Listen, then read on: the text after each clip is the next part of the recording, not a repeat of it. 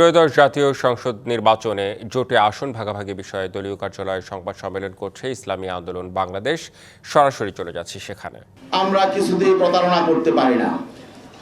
আমরা যেহেতু ইসলাম প্রতিষ্ঠার জন্য, ইসলামের সুমহান আদর্শ প্রতিষ্ঠার জন্য, ইসলামের আলোকে কল্যাণ রাষ্ট্র প্রতিষ্ঠার জন্য আমরা দীর্ঘদিন যাবৎ এখানে কাজ করে আসছি। আমরা এর থেকে বিচ্যুত হতে পারি না।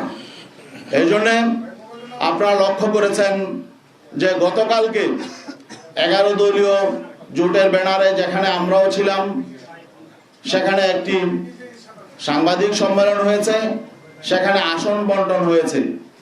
সেখানে আমাদের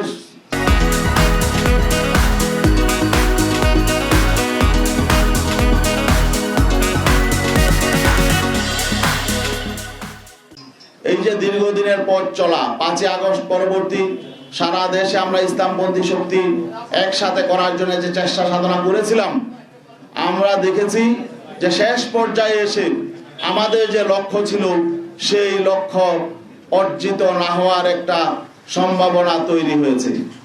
লক্ষ্য অর্জিত না হওয়ার একটা শঙ্কা তৈরি হয়েছে।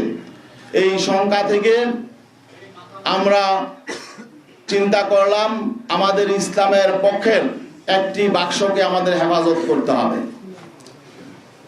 এই জন্যে ইসলামী আন্দোলন বাংলাদেশ, যদিও আমরা জানি সামনে আমাদের পথ চলা হয়তো মসৃণ নাও হতে পারে, কারণ আমরা ক্ষমতার রাজনীতি আমরা সেভাবে করি না। আমাদের